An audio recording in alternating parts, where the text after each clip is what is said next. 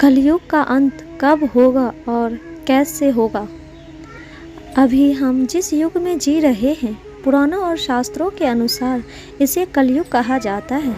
कलयुग इसे पहले ही बहुत से योग हुए हैं।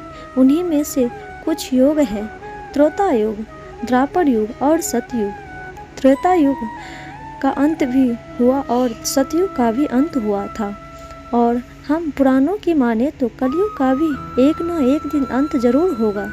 बाकी युगों की कहानी हम किताबों और पुराणों में पढ़ते हैं, जो कि अब खत्म हो चुके हैं। लेकिन क्या आपने कभी सोचा है, जिस युग में हम जी रहे हैं वह भी एक न एक दिन खत्म होगा। लेकिन अब हमारे सामने प्रश्न यह उठता है कि आखिर कैसे कलयुग का अंत होगा। कलयुग का अंत होने से पहले हमें बहुत से संकेत मिलने लगेंगे। ऐसा हमें पुराणों और शास्त्रों में बताया गया है।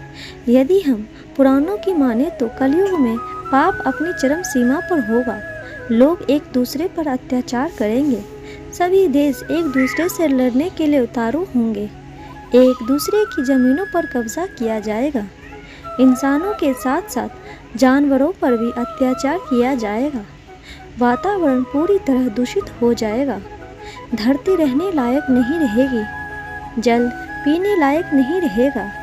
खाने में को कोई भोजन नहीं रहेगा। ऐसे में मनुष्य एक दूसरे का खून पिएगा। लालच अपनी चरम सीमा पर होगा। कोई किसी का सगा नहीं होगा। बाप बेटे को और बेटा बाप को मारेगा। स्त्रियों की कोई इज्जत नहीं करेगा। सभी लोग पैसों के पीछे भागेंगे। दुनिया में हाहाकार मच जाएगा। ऐसा माना जाता है कि जब कलयुग को 5,000 साल पूरे हो जाएंगे, तब गंगा नदी सूख जाएगी और वहाँ से वह जहाँ से वह आई थी वहाँ लौट जाएगी। और जब कलयुग में 10,000 वर्ष पूरे हो जाएंगे, तब जमीन से अन्न उगना बंद हो जाएगा। पृथ्वी जलमग्न हो जाएगी। समुद्र सारी धरती को अपने अंदर समा लेगा। लोग पूजा पाठ करना और धार्मिक काम करना बंद कर देंगे। मनुष्य की तुलना पापियों से की जाएगी। मनुष्य की आयु घटकर 20 से 30 वर्ष हो रह जाएगी। चारों ओर पाप का बोलबाला रहेगा। सभी मनुष्य सात्विक जीवन छोड़कर तामसिक जीवन जीना शुरू कर देंगे। पृथ्वी के साथ साथ दुनिया का अंत होने लगेगा। कलयुग का अंत आते आते इंसान अजीब हरकतें करने लगेगा। ऊपर बताई गई सभी बातें जब अपनी चरम सीमा पर होगी, तब कलयुग का अंत होगा। कलयुग का अंत आने के बाद कलयुग का नामो निशान मिट जाएगा। पृथ्वी जलमग्न हो जाएगी और चारों ओर प्रलय आ जाएगा।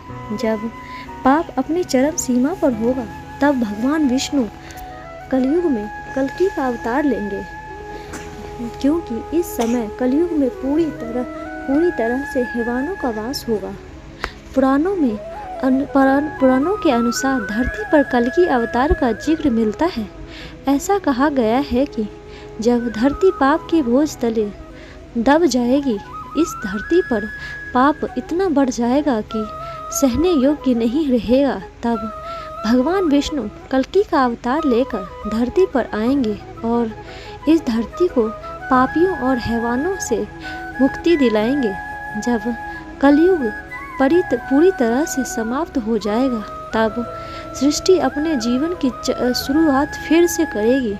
प्रकृति फिर से अपना रूप दिखाएगी और धीरे धीरे इस धरती पर फैलते जाएगी।